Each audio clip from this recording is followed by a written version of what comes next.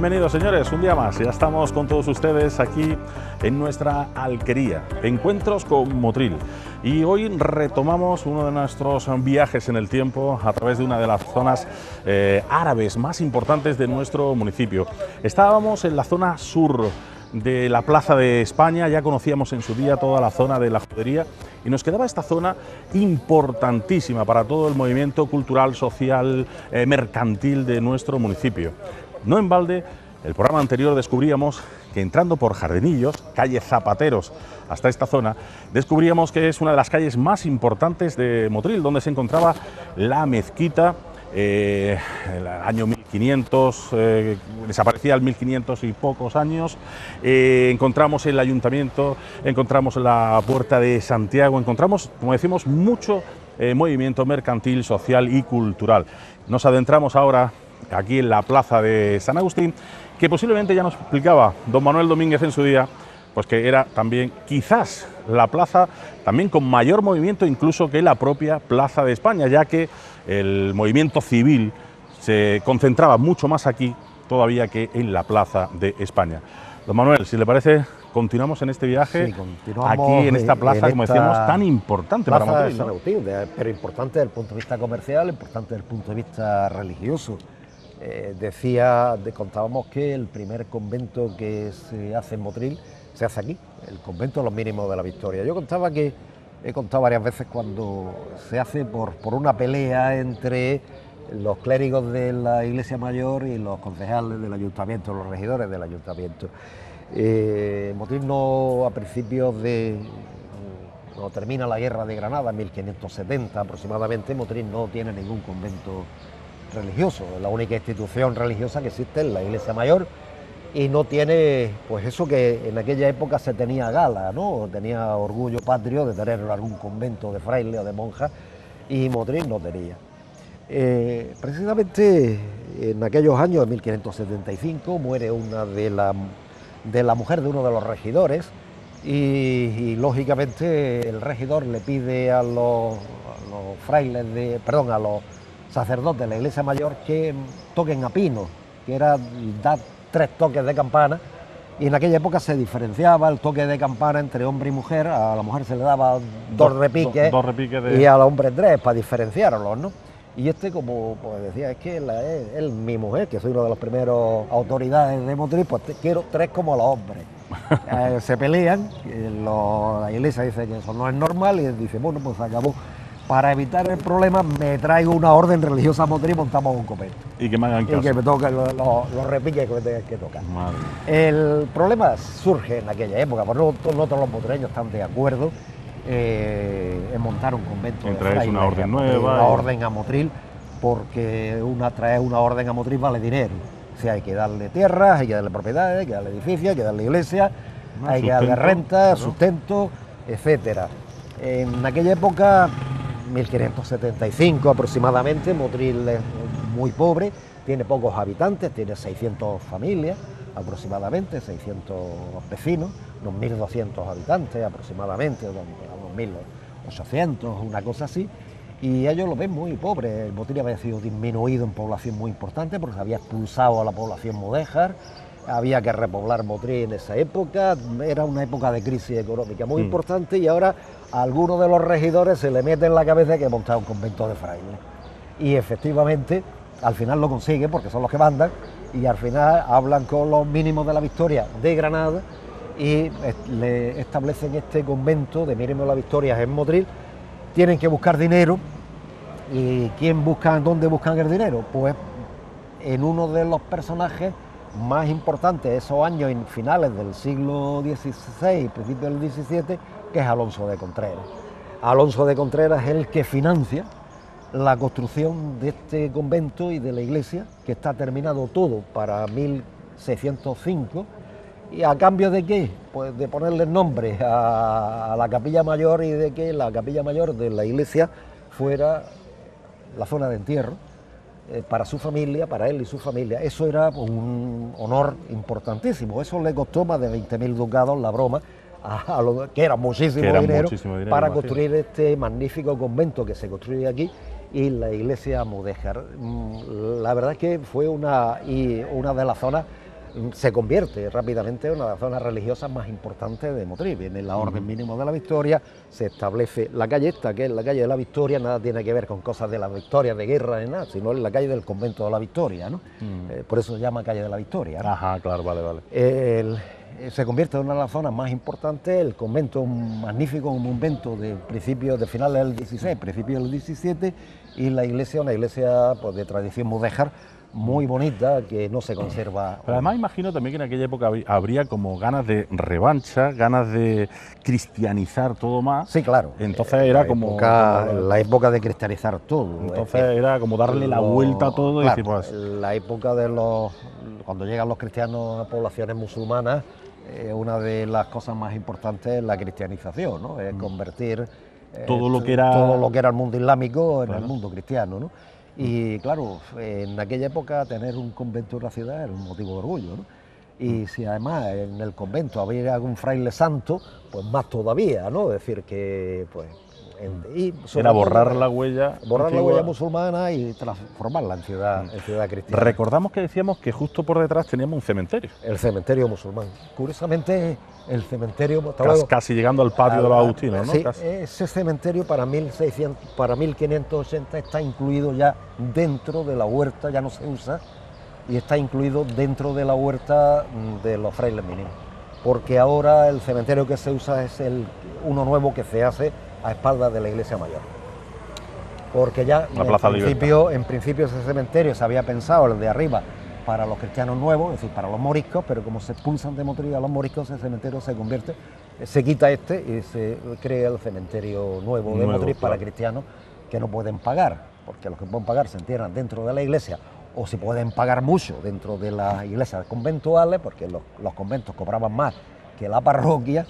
Y lógicamente pues ya ese cementerio se cierra, este de aquí, ya estaba incorporado a la huerta de los mínimos de la Victoria y ya desaparece. Y aquí estaba el mercado de la verdura y el mercado del pescado.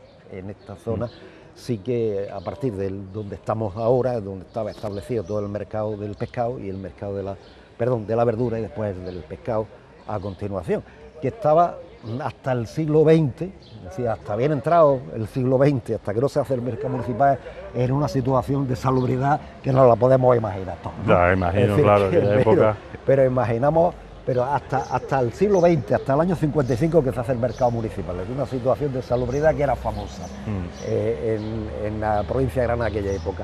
La calle es casi como un bulevar, porque es como se plantea, ¿no? Es decir, prácticamente con un pequeño bulevar. ¿Sería originariamente tan ancha? Tampoco, ¿no? Porque cuando se arregla aparecen restos de construcción a mitad de la plaza, o sea que las casas estarían más cerca, ¿no?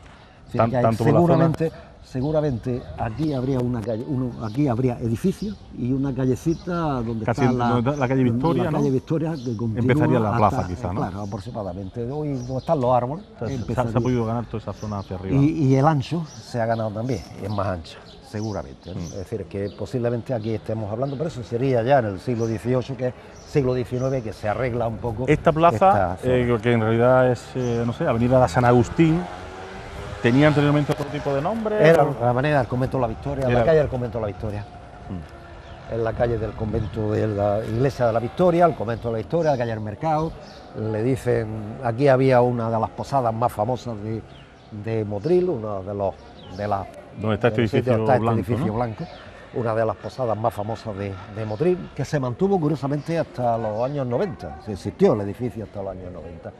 Y el convento cae en la época de la Guerra Civil, se quema en la Guerra Civil. Es curioso, ¿no? Quizás por el interés de los agustinos, ¿no? Esto estuvo durante mucho tiempo, cuando se desamortiza en la época del siglo XIX, en la época de la desamortización de Mendizábal.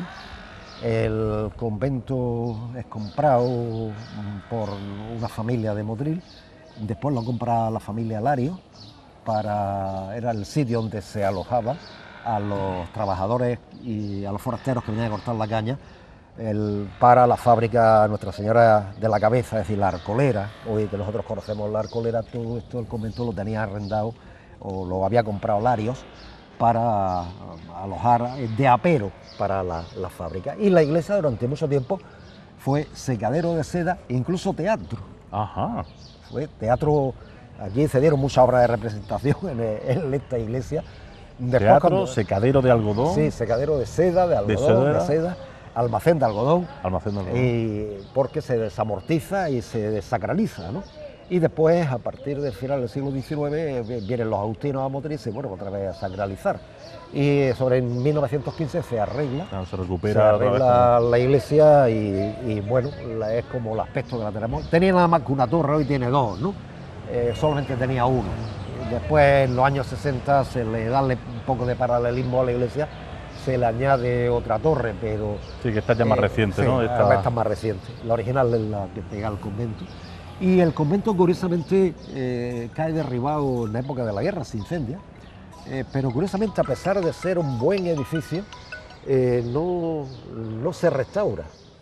Es decir, a pesar de ser un buen edificio arquitectónico, tenía un claustro magnífico de arcos de medio punto, de tipo renacentista y tal, no se restaura. En regiones devastadas, que es la que en los años 40 hacen las restauraciones de los edificios y tal, no restaura. Curiosamente el convento, quizás porque los agustinos piensan que destinarlo a otras cosas, ¿no? Otro uso, y no se restaura. Esta es la puerta original del convento. Esta de aquí. Esta de aquí es la puerta original del convento, el escudo de los mínimos de la Victoria está en la parte superior.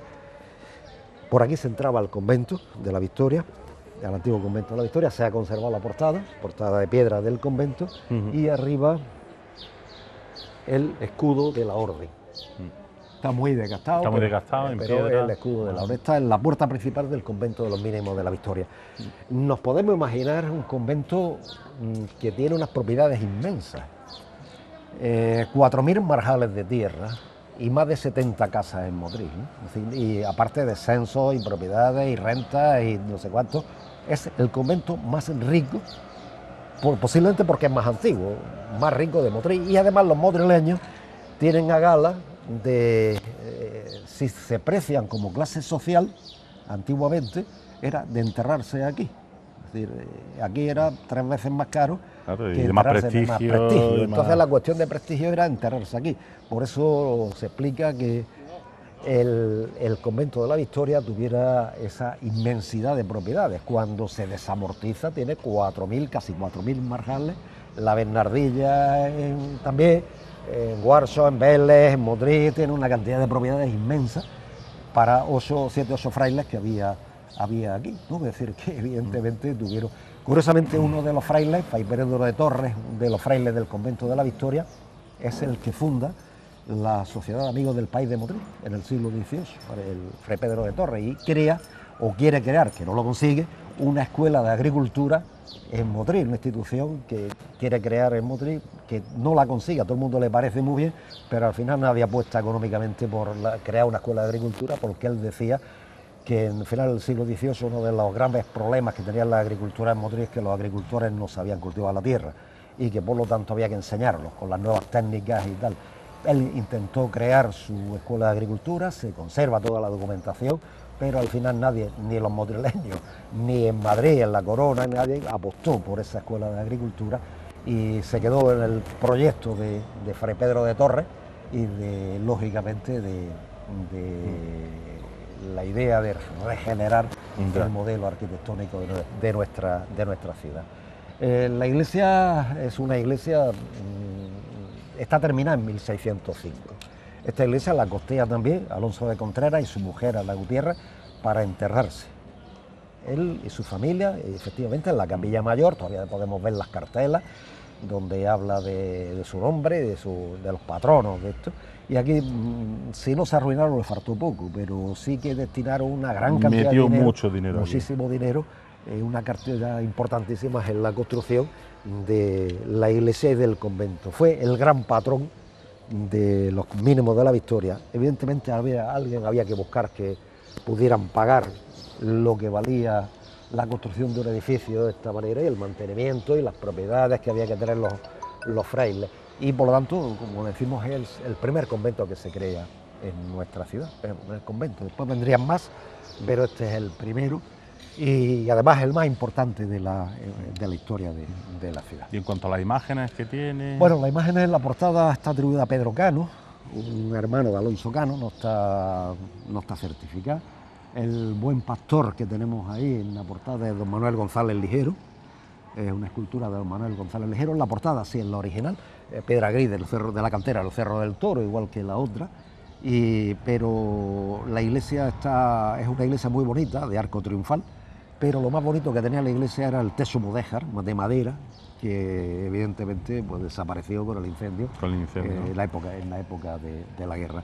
Pero es un edificio que no está mal en su modelo protobarroco, arquitectura mudéjar protobarroca y tal, un edificio que está bien conservado. Y la portada es la mejor portada que tenemos en Motril, la única, diría yo, que se ha trabajado en condiciones, ¿no? Porque el resto de los edificios eclesiásticos no tienen portadas, excepto este.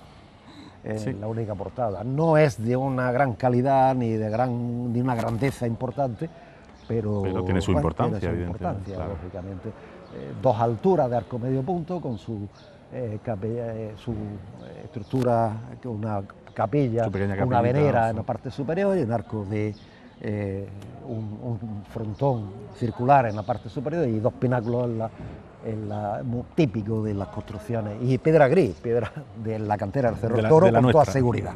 Con toda seguridad, esta piedra que se utilizó en todos los edificios eclesiásticos de Motril y en los edificios civiles. Cualquier portada de casas antiguas de Motril, nos podemos fijar, siempre tiene la misma piedra, la piedra gris, o es berroqueña de Vélez o gris del Cerro del Toro.